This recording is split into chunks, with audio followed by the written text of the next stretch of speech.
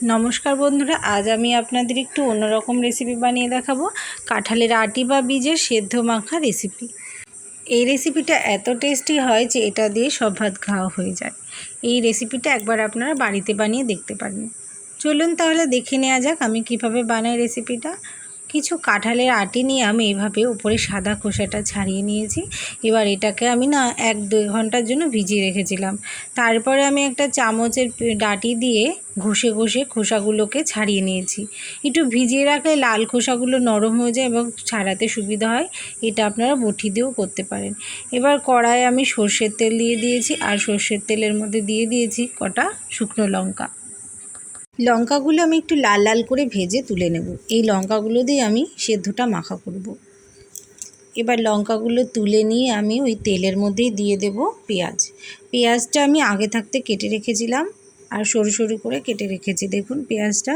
এবার পেঁয়াজটাকে খুব ভালো করে নেড়ে চেড়ে লাল লাল করে ভেজে নেব। দিয়ে দিলাম 1 চামচ লবণ আর 1 চামচ হলুদ। আবার এটাকে আমি একটু ভালো করে নেড়ে দেব।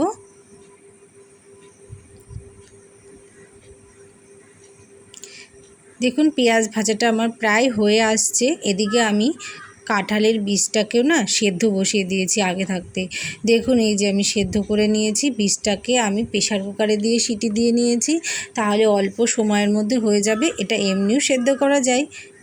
এমনি কোনো পাত্রে সেদ্ধ করতে গেলে অনেকটা টাইম লেগে যায়। যদি প্রেসার কুকারে দেওয়া যায় তাহলে অল্প টাইমের মধ্যে তাড়াতাড়ি সেদ্ধ হয়ে যায়। তাই আমি এটাকে 2-3টে সিটি দিয়ে সেদ্ধ করে নিয়েছি।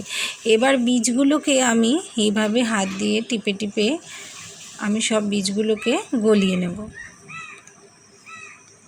এদিকে কাঁঠালের সেদ্ধ বীজ রেডি করতে করতে পেঁয়াজটাও ভাজা আমার কমপ্লিট হয়ে গেছে। দেখুন খুব সুন্দর লাল লাল করে ভাজা হয়ে গেছে। এই যে এইভাবে আমি কাঁঠালের সব বীজগুলোকে গুঁড়ো করে নিয়েছি। এবার আমি ভেজে রাখা পেঁয়াজ আর তেল সব সমেত দিয়ে দেবো এই কাঁঠালের বীজের মধ্যে। তেলটা দিয়ে দেবো, যেহেতু আমি সর্ষের তেল দিয়েছিলাম, ওই ভাজা তেলটা দিয়েই সেদ্ধটা মাখবো, তাহলে খেতেও ভীষণ টেস্টি লাগবে।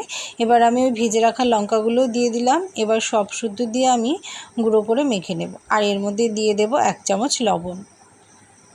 লবণটা খুব বেশি দেবো না, যেহেতু আমি পেঁয়াজ ভাজার সময় লবণ দিয়েছিলাম, তাই আমি অল্প করেই দিলাম। পরে আমি দেখে টেস্ট করে দেব।